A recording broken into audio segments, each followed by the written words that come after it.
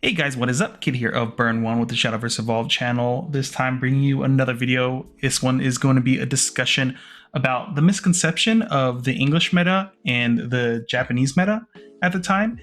So this entire idea or discussion kind of came up within my play group and also with my teammates as far as Houston and California went for the Trios event.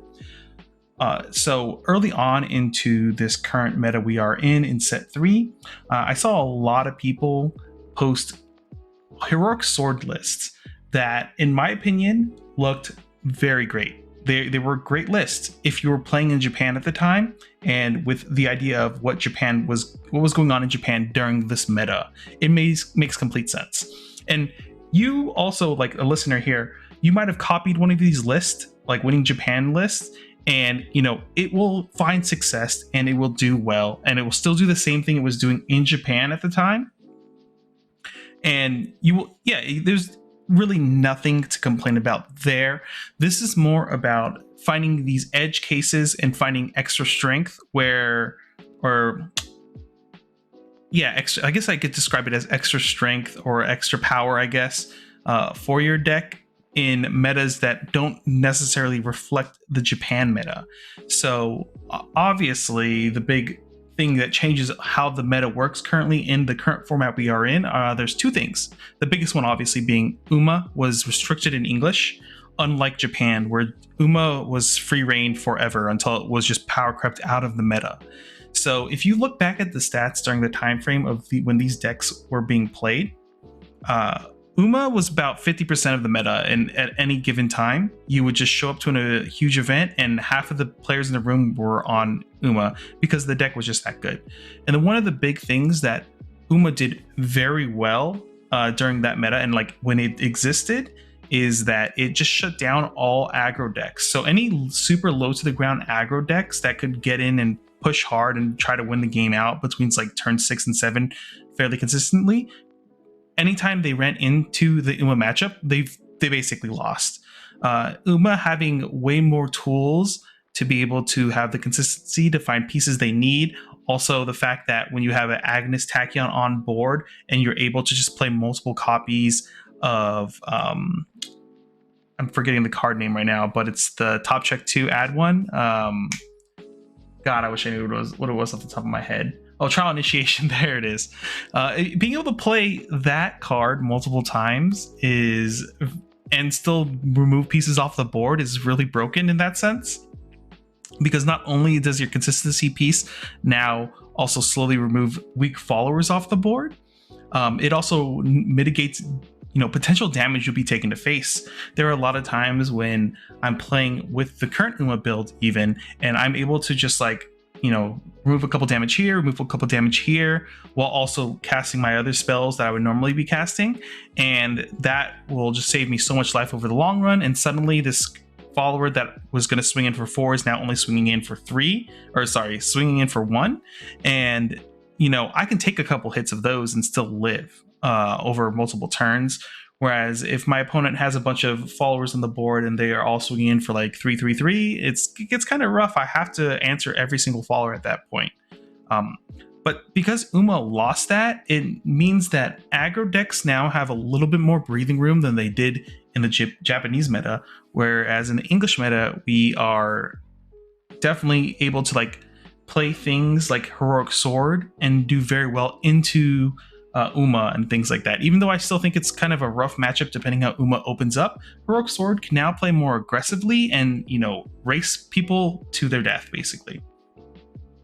The second biggest thing here is our format currently in competitive play is trios, which is 3v3 team format, and in Japan it was still singles. That's all they had at that time, which means that when they were tuning decks to play into the meta, their assumption was half of their games for the day in their 12-round tournament, 6 of them were going to be Uma at least minimum, which means they have to have edges against Uma to be able to win those games.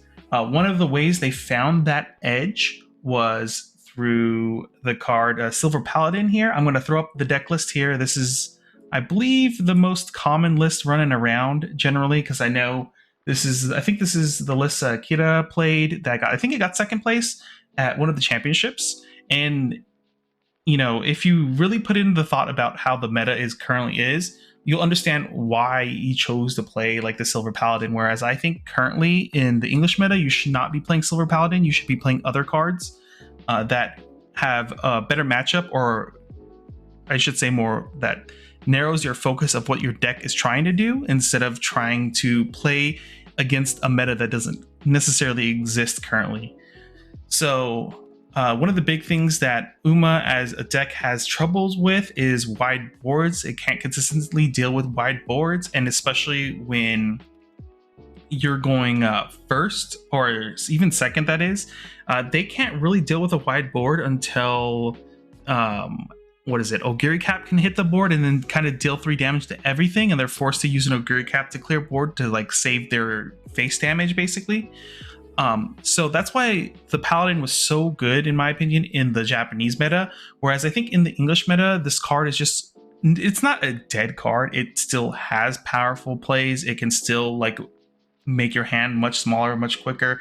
It can come down and remove some health follower off the board if needed, but it doesn't give you the extra oomph needed to really pressure your opponent like a pure aggro version of the deck really does, because you're now playing these 3 extra cards in your deck along with some other pieces here, which I don't necessarily agree with, at least in this type of meta, that will just kind of slow you down and give your opponent a little bit more time to win the game right out, instead of just playing the more aggressive pieces to close out games that way.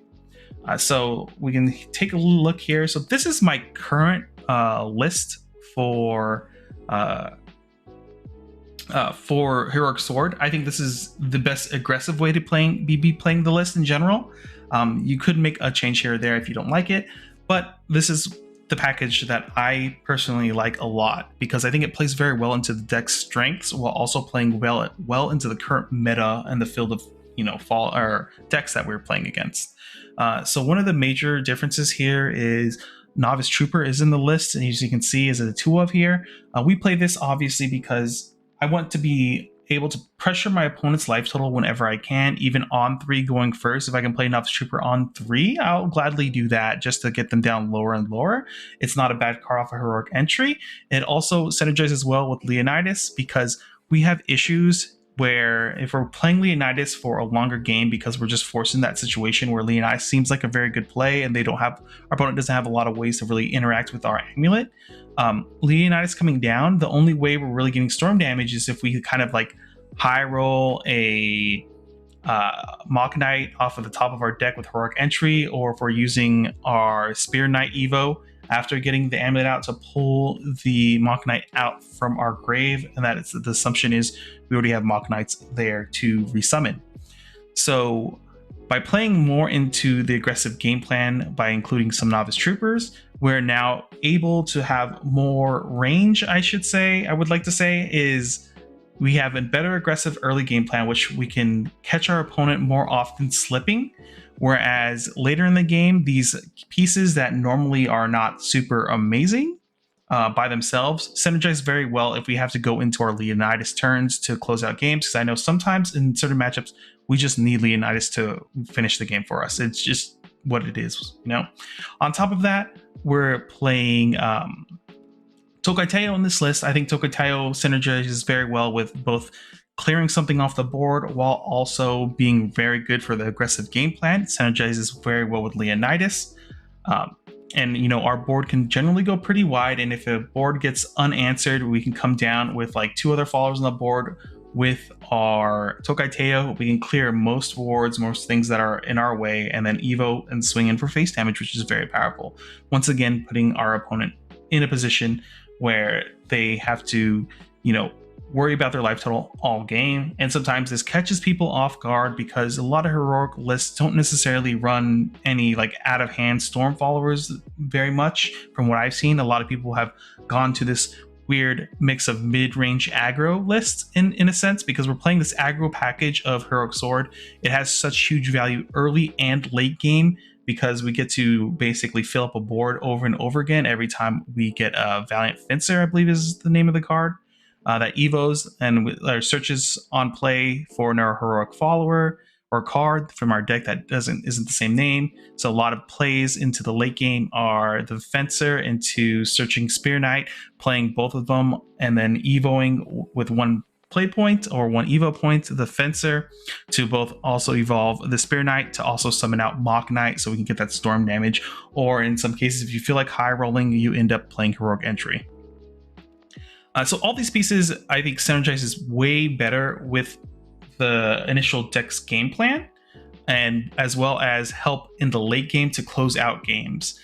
We also have Luminous Knight in this deck. This is personally, I think in aggro list, I think Luminous Knight is one of the better 2-drops to be playing, just because it not only does it give you an extra damage on 2, but if your opponent removes it or makes really weird decisions on how they remove things off your board, you can get an extra damage here or there, or if you need it to clear something, at least you get another damage when it hits the last word. I think that's a really powerful key point of having like this aggressive attack line here, instead of playing something like Latham or whatever on 2. So that's kind of where I've been at as far as like how players have been adapting to this game. I know right now our community isn't the hugest community out there, and I'm sure there's not that many people who are out there cooking in the, in the kitchen, cooking, finding the right list, figuring out things. I feel like a lot of players right now are kind of just ignoring the changes that Japan had compared to our meta and just copy pasting what happened in Japan here in the English side of the game, which I think isn't a bad thing. I think net decking is really important to any card game and getting better as a player, because one, if you don't understand how decks are built and what makes them good, you should just copy other winning lists that are very successful and play them a bunch so you can understand why they were successful. But it feels like people have just been grabbing random lists from Japan and saying, hey, this is the list I'm playing. It's still successful, obviously, but I feel like you're leaving that extra 5% win rate on the table every time you do that in the current meta of the game. Of course, as time goes on, we should be basically 1-to-1 with Japan's meta, so we'll have most of our formats semi-solved, basically, and there might be some spicy stuff hidden there. For example, my teammate Skaz, who was on Hill Haven for Houston and California, had a huge, crazy record on both tournaments just because, he put in the time to cook with that deck and figure out exactly where the weaknesses are. And the fact that we're on a team event means that he has a chance to dodge some of his really, really horrible matchups with that list and, punish everyone else who's not like ready for it at all. I hope this kind of inspires some people in the community a little bit more to like get out there, start digging through some of your cards. Think a lot more about why are you playing these cards in this meta. If you're copying a deck straight 1-to-1 from Japan, I think, once again, I don't want to like shame you or think you're wrong or anything like that. I think it's really important to be able to copy paste people's lists. Successful lists are successful for a reason. You need to know why so you can understand and make good decisions yourself. So it's always good to copy paste lists that are super successful and net deck all that stuff so you can get that knowledge. But also you need to spend some time to think why it was successful and is it successful in our current meta? Because obviously our meta is definitely not anywhere close to Japan's meta when their competitive scene was during this time, where we weren't seeing trios, which means they don't have to worry about the best deck in the room every time they run into a team, because they only have a 33% chance to hit that deck when they play in trios. They end up playing against, usually a lot of the times you end up playing against decks that are not the best deck in the room because of how trios work and having only one craft on a team. So yeah, I hope this inspires people to kind of think outside of the box and think a little bit more about why they're bringing certain cards in their deck into these events, especially these trio events, because I think a lot of people can get away with a lot more if they play into our format and into the meta that is English Shadowverse Evolve. I guess with that being said, guys, I hope you enjoyed this video, this discussion. If you like videos like this, please leave a comment, like, all that stuff, maybe some discussion down below. If you don't agree with me at all, just hit that dislike button too. I don't care. It'll just give me the feedback so I know that you like this video or not. I just think it's something really interesting to talk about in general, and it's not just me spewing out tier list or deck list in general. I hope this inspires people to think a little bit more about how they build their decks and, get in the kitchen and cook a little bit more, I guess. With that being said, guys, we hope to see you in the next video. Later, everyone.